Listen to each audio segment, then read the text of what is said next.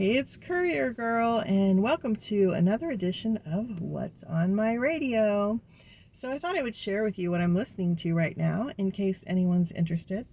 Might be up your alley, might not. So I am listening to an audiobook.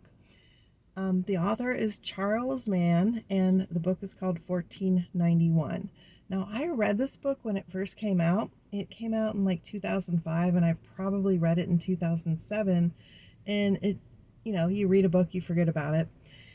And it came across, my eyes here recently again. I thought, I'm gonna get that again, but I looked for the audiobook version because I don't have a lot of time to read right now. I can't read and drive at the same time. Plus my eyes are not as good as they used to be, so reading puts a strain on them, and reading glasses don't help. So audiobooks are where it's at. So 1491 is a history of North and South America, the Western Hemisphere, before Columbus. So you remember that little jingle from school in 1492, Columbus sailed the ocean blue? Well, this is before Columbus, so it's talking about native populations prior to that. And I gotta tell you that what most of us learned in school, is just dumb and wrong.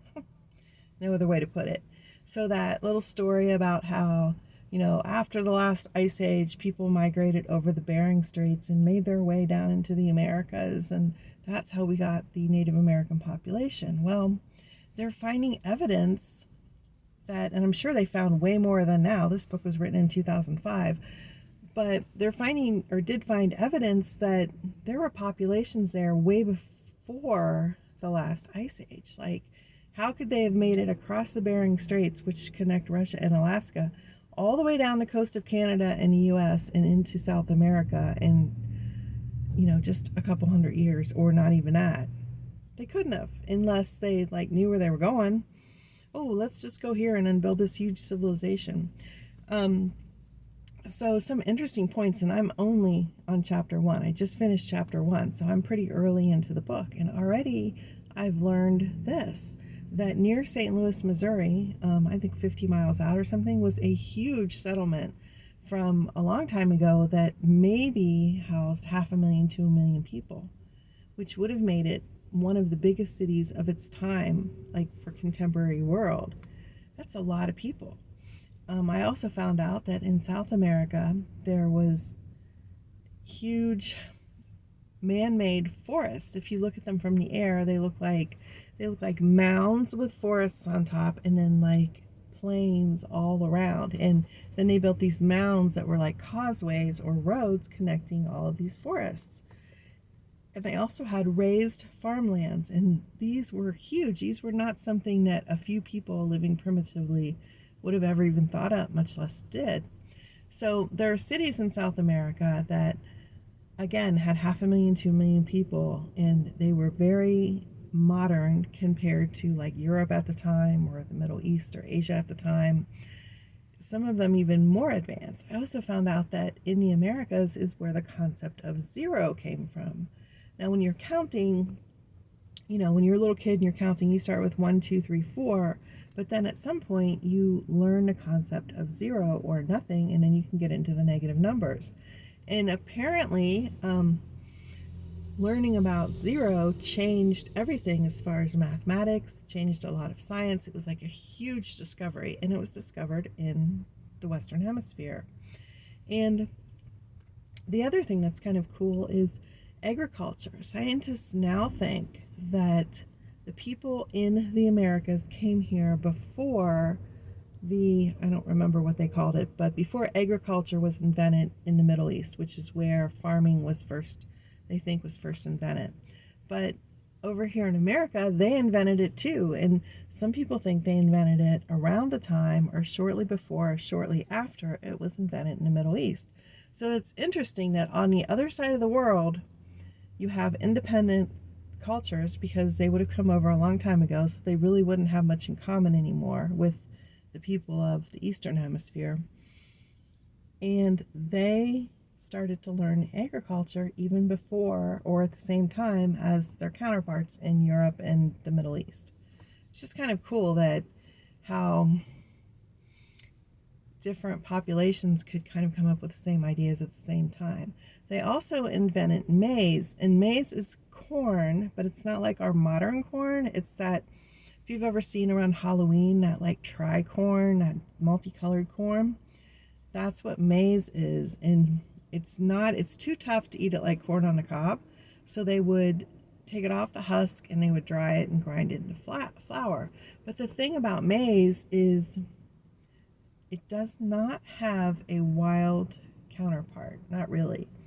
It has something, and it was in the book, I can't remember what it was called, but something that's very remotely related to it, but there's nothing in the wild, so it's not like they cultivated this wild corn and then made it into maize.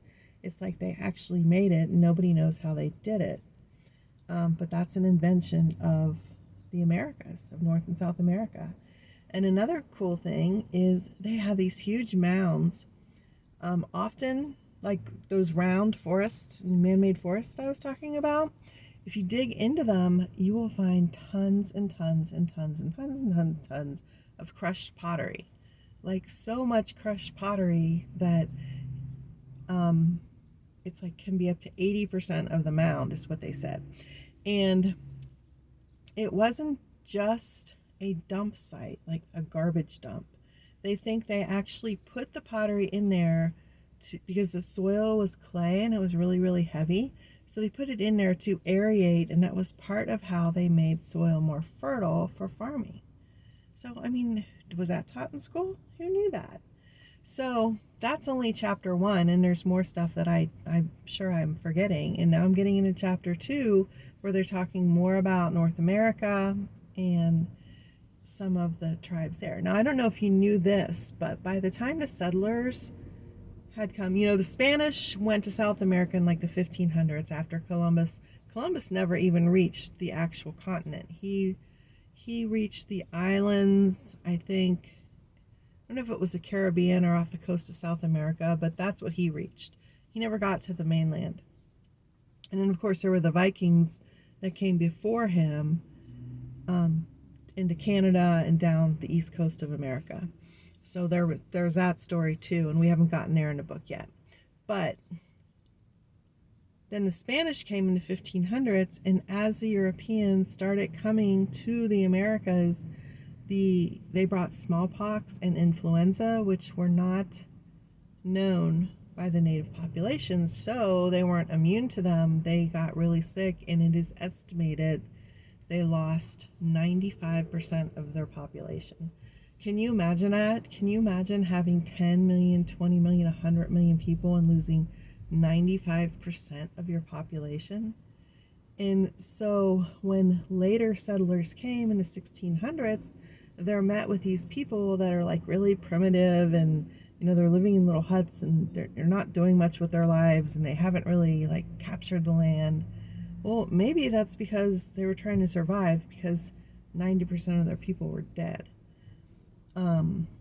It's really, really fascinating, and things I remember from reading the book a long time ago that we haven't gotten to yet in this audiobook is that they managed the deer population, they managed the buffalo population, they traded all over North and South America.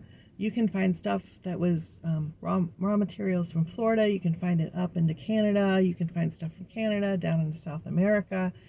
These were not people who were just, wearing their animal skins and had their bows and arrows and just living like really primitive people. There were some pretty sophisticated cities and political structures and military structures, trade routes, all sorts of things going on. So it's like, wow, it's just really cool. So if you're into history at all and you have not read that book, I highly recommend it. It is $14.91, and who did I say it was by? Charles Mann. I put an Amazon link below so you can find it there, but I'm sure it's very popular, so you can find it anywhere that you get audiobooks. And if you want to read the print book, you can find it in print also. That's it for now. I'm going to bring you more things as I start to listen to them, and I will see you on the road.